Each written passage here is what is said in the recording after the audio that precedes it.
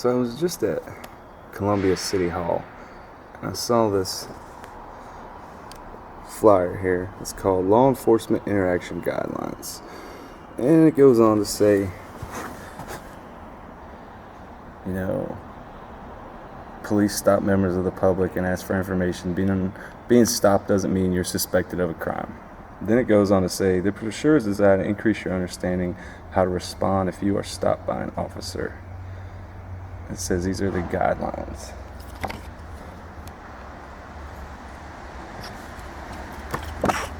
And it tells you if you're stopped in your vehicle, only exit if asked to do so.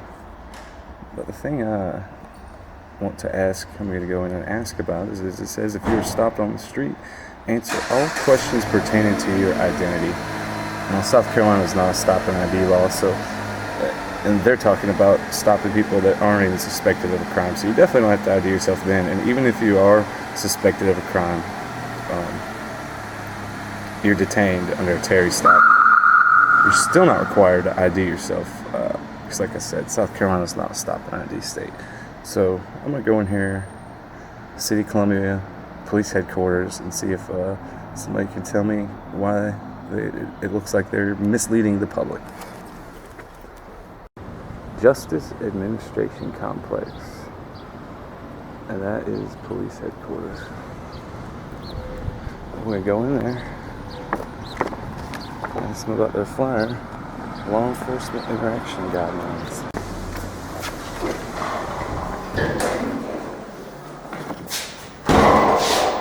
They may have it here, or it might be in another state. Okay. Because the other one you travel all the way to California, I got going on with the back. How you doing? Okay. I want to see if I could talk to somebody about this flyer here. What is it? I got some questions about this. To the accident part. It's put out by the Columbia Police Department. I will look into the accident part. Have your attorney call me so I can talk to him briefly. And then we'll. You say that the consumer fair.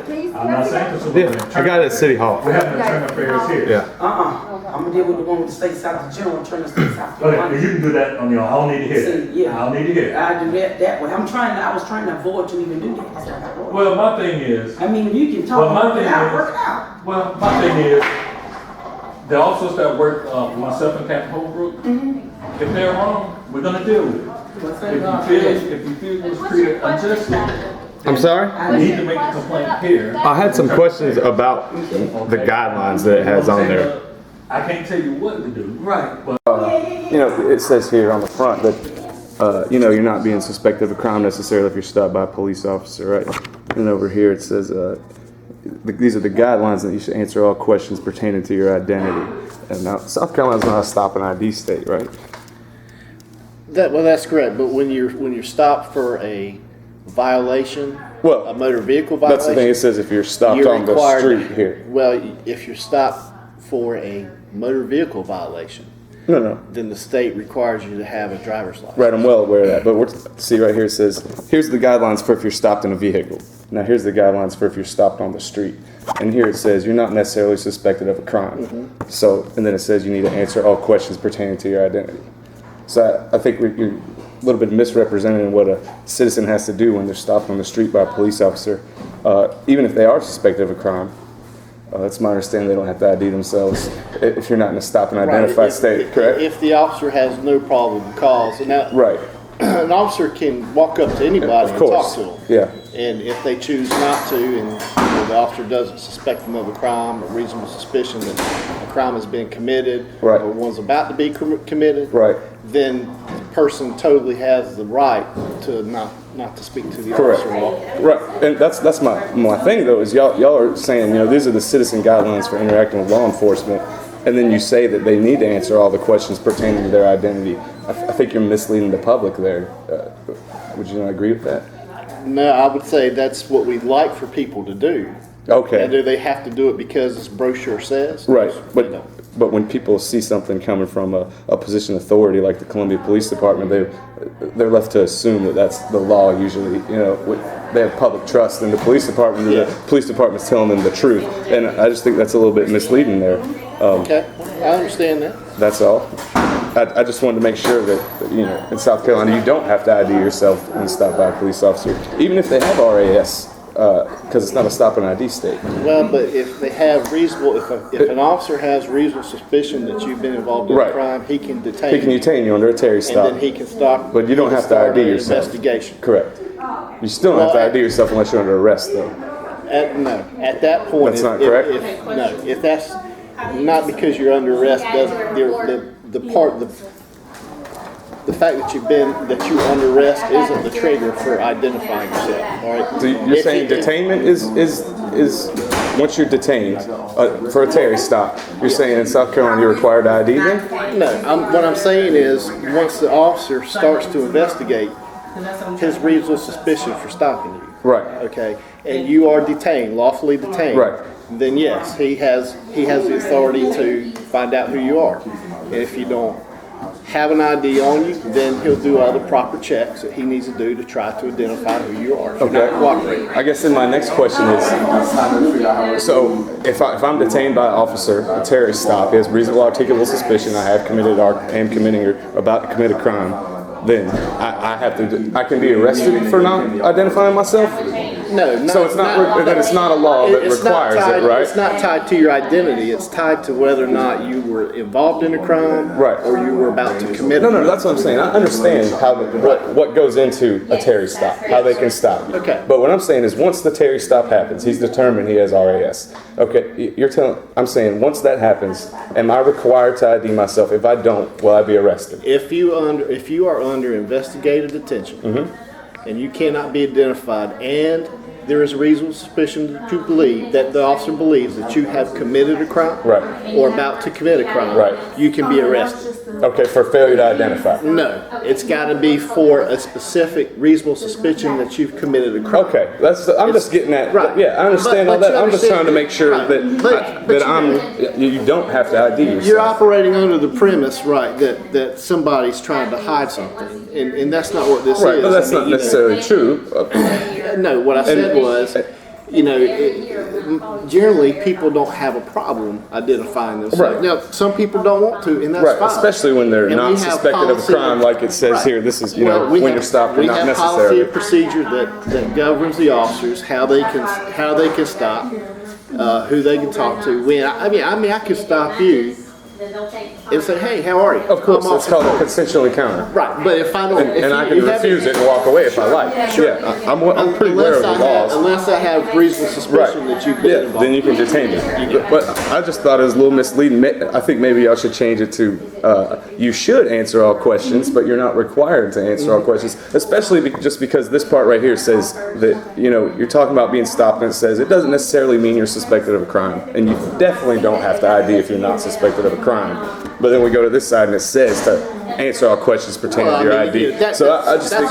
That's what the police department would like for Right. you to do, but are you constitutionally bound by this brochure Right. if you haven't done anything? Right, and that's my issue is that a lot of people don't know Right. their rights, and then when they see police tell them that they should do this, they think that they have to do it. They don't understand that it's their right not to do it. Not everybody's well versed in that kind of law. We should be, but unfortunately they're not. So that was just my issue about that. I mean, that's you might make a valid point about brochure. This is the first time I've really seen this.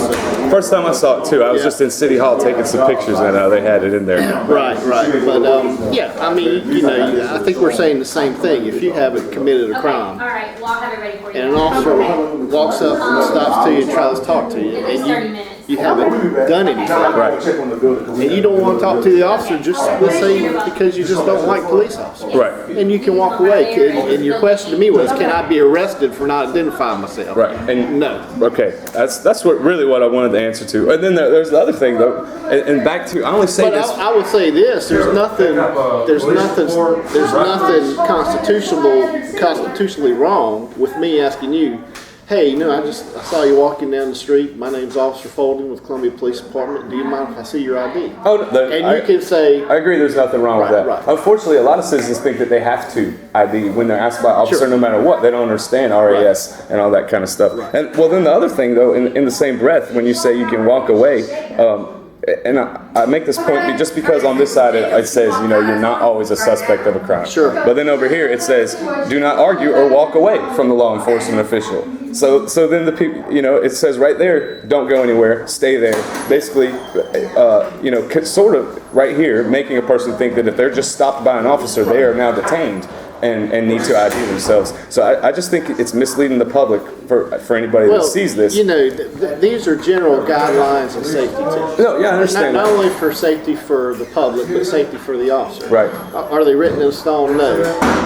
You know, we are trying to be more open and honest in our communication with the public, especially with everything that's going on in law enforcement today, right? I understand that. So, you know, a lot of times, you know, if the officer is acting within good faith, you know, what does it hurt to comply with him if you haven't done nothing wrong? Now, in the same breath, It's just our right to privacy. in the same breath, you have the total right to walk away, and you're correct. But these are kind of guidelines that help to bridge that gap and help transition go smoother, so that you don't have a use of force situation when it's not justified. Now, that's not to say that officers will start using force if you don't show their ID. Right, but sometimes I've seen officers, you know, think it's just an initial.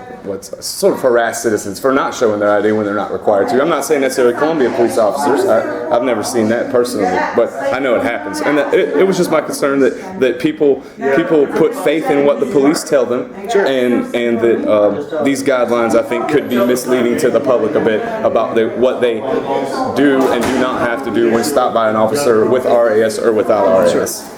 Well, you know, it's like I say, they're just guidelines. There's nothing constitutional about I it. understand. It's just, you know, we're all trying to make the transition between the public and police encounters go smoother. And I think the public appreciates that. Yeah, that's the intent of the brochure. Okay. You know, it's safety tips, you know, for public and for us, and you know, so we're just trying to help lessen any type of miscommunications or preventing a situation from happening that never needed to happen. In the I understand. first place. Yeah. Okay. All right. Well, I appreciate your time. Yeah, no problem. Thank you. Have a nice day. You too.